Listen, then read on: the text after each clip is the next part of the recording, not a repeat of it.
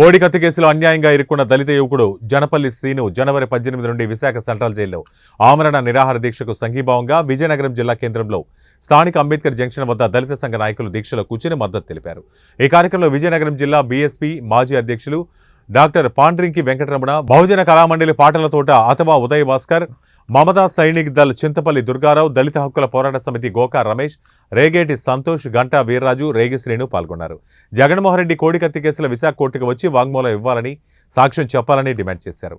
జనపల్లి శ్రీనుకు తక్షణమే బెయిల్ మంజూరు చేయాలని కోరారు।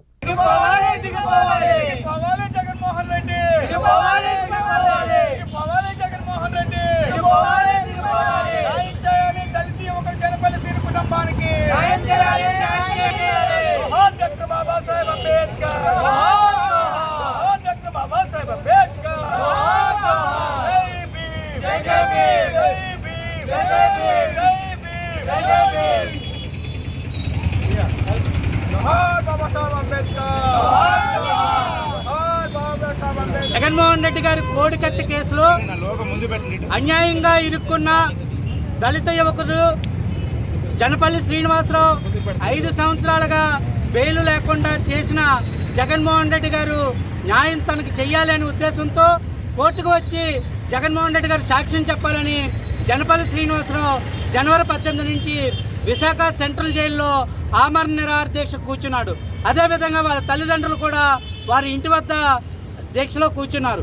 ఈ యొక్క ఆమరణ నిరాహార దీక్షకు సంఘీభావంగా రాష్ట్ర వ్యాప్తంగా అన్ని జిల్లాల్లో కూడా ఈ యొక్క సంఘీభావ దీక్ష జరుగుతుంది। అదేవిధంగా విజయనగరం జిల్లాలో స్థానిక అంబేద్కర్ జంక్షన్ వద్ద దళిత నాయకులం అందరం కలిసి మేము సంఘీభావం తెలియజేస్తున్నాం। జనపల్లి శ్రీనివాస్కి న్యాయం జరగాలి। జగన్మోహన్ రెడ్డి గారు బేషరత్తుగా వచ్చి వాంగ్మూలం ఇవ్వాలి।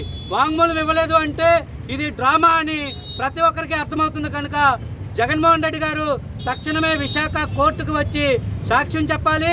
అదేవిధంగా జనపల్లి శ్రీనివాస్ కుటుంబానికి ఎటువంటి అఘాయిత్యం జరిగినా, ఎటువంటి సంఘటన జరిగినా జగన్మోహన్ రెడ్డిది పూర్తి బాధ్యతని ఈ సందర్భంగా తెలియజేస్తున్నాం।